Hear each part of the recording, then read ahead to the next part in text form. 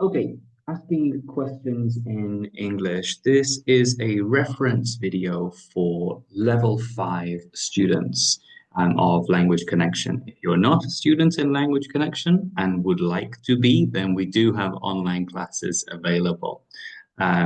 If it's your first time watching one of these videos, this is a grammar reference guide. English is about using the language, but this video should help you to understand a grammar concept a little better to give you the confidence to then use it. The next step is using it, the most important. Let's get started. I'm going to share some examples with you. So firstly, the main thing to understand is let's take two different types of asking questions, direct questions and indirect questions. Direct questions you should have seen before, something like this. Should we buy her a present? How long have you been waiting? How many children does your sister have? And you have seen since level 1 in English that we invert the subject and our auxiliary verb, right? So not we should buy her a present, that's positive. Should we buy her a present? Now it's a question. For the present simple and past simple in English, we don't have an auxiliary to invert, so we add one, like this. How many children does your sister have? Or in the past with did. Okay? With questions like this is present perfect. The present perfect has an auxiliary. It's have, the verb to have. So we invert that with the subject. How long have you been waiting? And these are all technically positive questions. You can ask a negative question if you want, like, why didn't you like the movie? Or isn't this a beautiful place? But this is to show some sort of surprise or disapproval. Why didn't you like the movie? Right? Isn't this a beautiful place? I'm expecting you to agree with me here. It would be a surprise if you didn't. What are they talking about? Our preposition here, about, so we talk about something in English. That preposition, take it to the end of the question. Leave it at the end of the question. If you put it at the beginning, you sound very Shakespearean and very overly formal, which you don't want. About what are you talking? Right? Maybe you want to do that as a Spanish speaker, but in English, take your preposition, put it at the end of your question. And this can be a little difficult too. Questions like who lives in that house? Look, that's a present simple question. Where is the verb do or does? Well, here the question word is the subject of the question, right? So it's replacing the name of the person who lives in that house. I live in that house. Mr. Smith lives in that house. In these examples, where who, what, or which is the subject of the question, it's not necessary to add do or did as an auxiliary, right? So it's who wrote this, not who did write this in English, right? That can be a little difficult to spot, but when it's the subject of the question, then we don't need to add an auxiliary. So these are direct questions, right? We're looking for this inversion, and if we don't have an auxiliary verb to invert, we add it. In indirect questions, we add something at the beginning of our question, something like, could you tell me? Do you know? And other examples, which I'll show you in a minute. And this creates an indirect question. It's also a more formal way of asking questions in English. In general, if you put more words into a sentence in English, it makes it more formal, right? It makes it more polite. You're making more efforts to communicate with the other person. So we use indirect questions like this. But after the indirect question marker, this could you tell me, do you know if, we don't need to do this inversion, this signaling of a question, because we've already signaled the question with the question marker. Could you tell me? So, for example, what time does the store next door open is a direct question, right? And could you tell me what time the store next door opens, right? This is acting like a positive, right? The store next door opens. It opens, right? In indirect questions, the subject plus verb, right? Can you tell me where it is?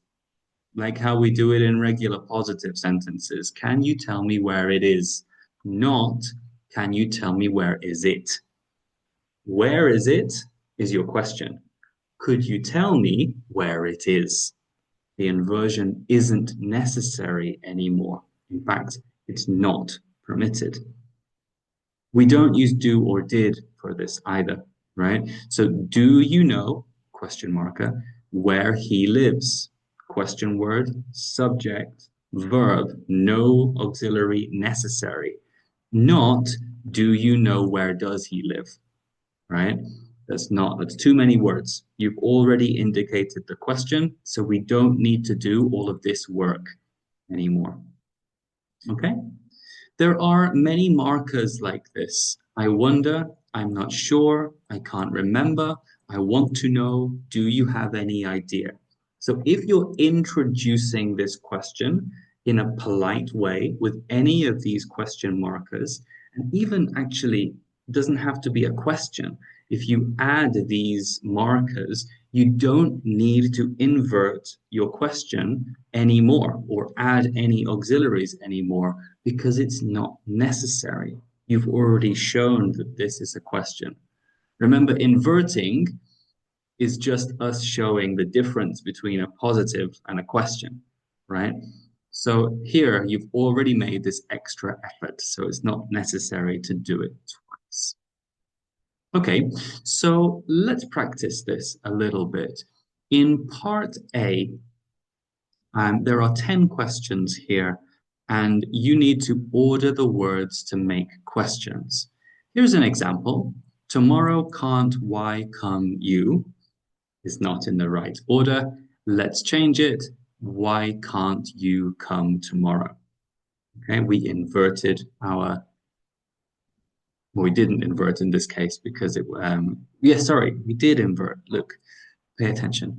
Why can't you come to work tomorrow? Auxiliary, then subject. Okay. Pause and complete 10 questions. Pause the video here and complete 10 questions.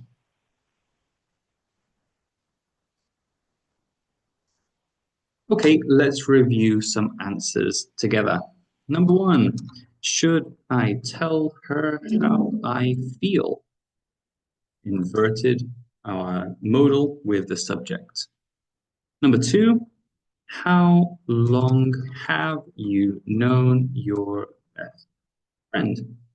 Present perfect, so there is already an auxiliary, have, to invert with our subject. 3, could you tell me when the next train leaves? So here we have an indirect question. Could you tell me? So notice that it's leaves, not leave, because we don't need to use the question formation. Who does the housework in your family? So this was one of the examples of who being the subject of the sentence, right? My parents do the housework in my family.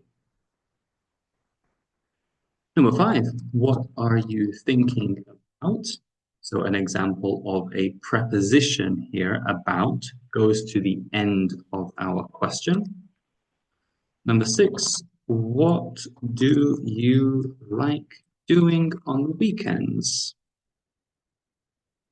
Number 7, what kind of music does Jane like listening to? Again, remember we listen to in English, so to goes to the end of our question. Number 8, do you know what time the movie ends? An indirect question. Number 9, how many students came to class yesterday? And number 10, do you remember where the restaurant is?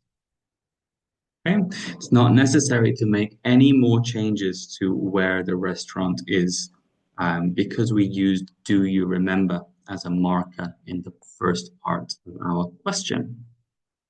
Okay, let's continue then on to part 2, where we complete the questions with the verbs in brackets. Will help us to see them. We're completing with the verbs in brackets. Pause and complete 10 questions. Number 1, how often do you usually do yoga? A little strange, right? But this is a good example of do as an auxiliary, the first one, and do as the main verb, because in English we do yoga. That's the main verb. You do yoga. But we need the auxiliary, which is also do, right? Is English being a little repetitive? How often do you usually do yoga? Each do has a different function in that question. Number 2, who wrote The Great Gatsby? Not necessary to add do or did here because the subject is the question word. Who is the subject of this question? Number 3, could you tell me how much this book costs? Remember the S, the book is an it. The book costs. Why? Because we have our question marker here. Could you tell me? Number 4, I can't remember where I parked my car this morning. So here we don't have a question, but we still have one of these question markers. I can't remember where. Not necessary to add any auxiliaries here because of this. I can't remember. Did you enjoy your trip to Paris last weekend? Here we do need an auxiliary because the question is in the past simple. Number 6, what kind of work does your sister do? So this one, number 6, is similar to number 1. We have do as the main verb. We do work in English, but we also need an auxiliary, which because it's present simple and with she, we use does. What kind of work does your sister do? Number 7, who ate the cookie? No extra auxiliary necessary here because the subject is the question word. Number 8, do you know what time the pool opens? Right? We still need to conjugate open. The pool opens. Number 9, this is a negative question. So didn't your sister like the present you gave her? Right? We are surprised about this. We're showing surprise by using a negative question. And number 10, do you have to play your music so loud? I can't concentrate. Do you have to play your music so loud? We added an auxiliary do here because it's present simple. Okay. So hopefully this is a little clearer for you now. The main thing to take away from today's summary is that we have regular questions and we need to invert or add an auxiliary, but we also have indirect questions. And when we use, could you tell me, do you know if, or any of these expressions, I wonder, I'm not sure, I can't remember, then it's not necessary to invert and it's not necessary to add do or did as an auxiliary. So be careful about this because it's a little tricky and different to how you would say it in Spanish. But hopefully this is okay, and we'll see you in the next video.